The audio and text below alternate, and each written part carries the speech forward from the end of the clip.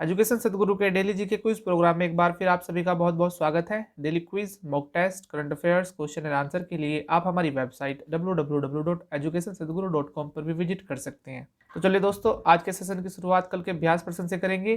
कल हमने आपसे अभ्यास प्रश्न में पूछा था कि हाल ही में वित्त मंत्रालय की तरफ से सभी बैंक खातों को किस तारीख तक आधार कार्ड से जोड़ने का निर्देश दिया गया है। ऑप्शन ए 31 मार्च 2021, बी 1 जनवरी 2021, सी 28 फरवरी 2021 या फिर डी 1 अप्रैल 2021। इस प्रश्न का सही आंसर है ऑप्शन ए यानी 31 मार्च 2021। हाल ही में वित्त मंत्रालय की तरफ से सभी बैंक खातों को 31 मार्च 2021 तक आधार कार्ड से जोड़ने का निर्देश दिया गया है। वित्त मंत्री निर्मला सीतारमण ने कहा है कि जिन खातों को पैन से लिंक करने की जरूरत है उन्हें भी आगामी 31 मार्च तक पैन से जोड़ने का पूरा काम हो जाना चाहिए। चलिए आज का अपना पहला प्रश्न देख लेते हैं कि हाल ही में भारतीय मूल के किस व्यक्ति को अमेरिका के कार्यवाहक रक्षा मंत्री के चीफ ऑफ स्टाफ बनाया गया है। ऑप्शन ए काश पटेल, बी गणेश कृष्णमूर्ति, सी मयूर श्रीधर या फिर डी रोहन डेविड। इस प्रश्न का सही आंसर है ऑप्शन ए यानी काश पटेल। हाल ही में भारतीय अमेरिकी काश पटेल को अमेरिका के कार्यवाहक रक्षा मंत्री क्रिस मिलर का चीफ ऑफ स्टाफ नियुक्त किया गया है। आपको बता दें कि राष्ट्रपति डोनाल्ड ट्रंप द्वारा मार्क एस्पर को रक्षा मंत्री के पद से हटाने और राष्ट्रीय आतंकवाद रोधी केंद्र के निदेशक क्रिस मिलर को कार्यवाहक रक्षा मंत्री बनाने के एक दिन बाद पेंटागन ने यह नियुक्ति की है। चलिए अगला प्रश्न भी देख लेते हैं कि 6G उपग्रह लॉन्च करने वाला दुनिया का पहला देश हाल ही में कौन बना है। ऑप्शन ए अमेरिका, बी चीन, सी इजराइल या फिर डी रूस। इस प्रश्न का सही आंसर है ऑप्शन बी यानी चीन। हाल ही में चीन ने प्रौद्योगिकी का परीक्षण करने के लिए अंतरिक्ष की दुनिया में पहला 6G उपग्रह लॉन्च किया है। आपको बता देते हैं कि इस सैटेलाइट की वजह से 5G से 100 गुना अधिक स्पीड से इंटरनेट प्राप्त हो सकेगा। वहीं इसके अलावा चीन के सांक्षी प्रांत ताइवान लॉन्च सेंटर से 12 अन्य उपग्रहों के साथ कक्षा में प्रवेश किया है। चलिए अगला प्रश्न भी देख लेते हैं कि हाल ही में संयुक्त राष्ट्र द्वारा जारी रिपोर्ट के अनुसार निम्न में से किस देश में 9 मिलियन लोगों को विस्थापन होने का खतरा है। Option A Bharat, B Pakistan, C Ethiopia या फिर डी सोमालिया। इस प्रश्न का सही आंसर है ऑप्शन सी यानी इथोपिया। हाल ही में संयुक्त राष्ट्र ने चेतावनी दी है कि लगभग 9 मिलियन लोग इथोपिया में विस्थापित के जोखिम में हैं। मानवीय मामलों के समन्वयक के कार्यालय OCHA की रिपोर्ट के अनुसार लगभग 6 लाख लोग भोजन सहायता पर निर्भर हैं। इसी के साथ अगला प्रश्न देख लेते हैं कि निम्नलिखित में से कौन अभी हाल ही में 15वें वित्त आयोग के अध्यक्ष बने हैं। Option A Rajiv Kumar, B Nandkishore Singh, C Ashok Lahiri या फिर डी अजय नारायण झा। इस प्रश्न का सही आंसर है ऑप्शन बी यानी नंदकिशोर सिंह। हाल ही में अध्यक्ष NK सिंह के नेतृत्व में 15वें वित्त आयोग ने हाल ही में भारत के राष्ट्रपति रामनाथ कोविंद को अपनी रिपोर्ट सौंपी है। पिछले वर्ष आयोग ने वर्ष 2020-21 के लिए सिफारिशों के साथ अपनी रिपोर्ट प्रस्तुत की और इसे संसद में स्वीकार भी कर लिया गया था। अगला प्रश्न भी देख लेते हैं कि हाल ही में भारत ने किस देश के छात्रों के साथ मिलकर AIM यानी Atal innovation mission serious innovation programme शुरू किया है। ऑप्शन ए रूस, बी श्रीलंका, सी अमेरिका या फिर डी ऑस्ट्रेलिया।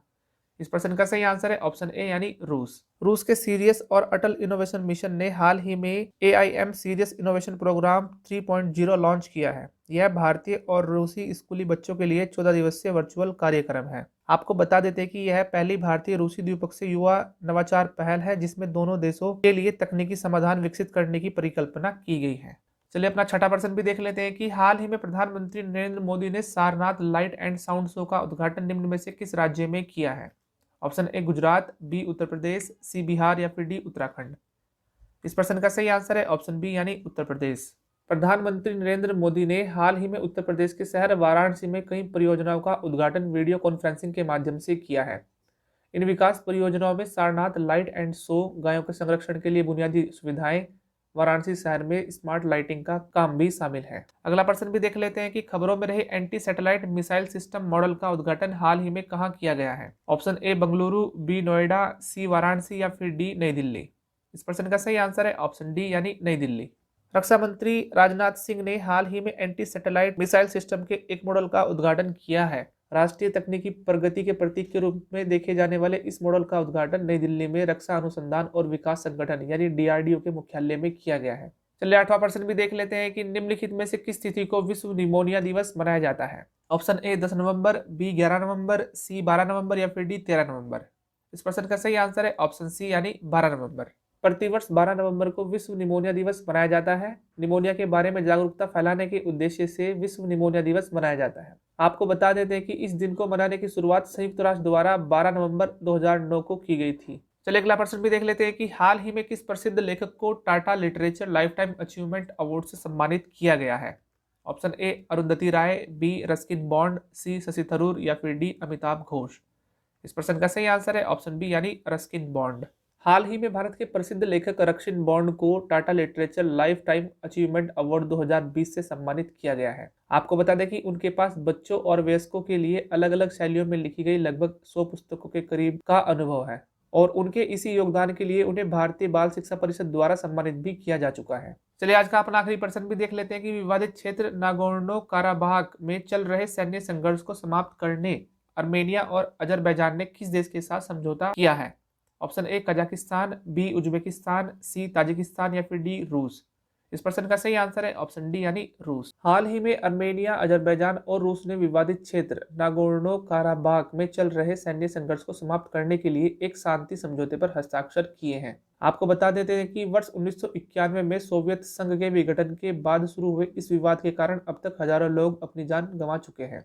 चलिए आज का अभ्यास प्रश्न भी देख लेते हैं कि हाल ही में विदेश सचिव हर्षवर्धन श्रृंगला की मालदीव यात्रा के दौरान कितने समझौते पर हस्ताक्षर किए गए हैं। ऑप्शन ए 4, बी 6, सी 8 या फिर डी 9। इस अभ्यास प्रश्न का आंसर आप हमारे कमेंट सेक्शन में जरूर दीजिएगा और यदि आज की वीडियो आपको पसंद आई है तो वीडियो को प्लीज लाइक करें, कमेंट करें और दूसरों के साथ शेयर भी करें। और अगर आप पहली बार इस चैनल पर विजिट कर रहे हैं तो चैनल को सब्सक्राइब करना बिल्कुल भी मत भूलें और बेल वाले आइकन को जरूर दबाएं ताकि आने वाली नई वीडियो की नोटिफिकेशन सबसे पहले आप ही के पास हो। तब तक के लिए आप इस चैनल पर लगातार बने रहिए।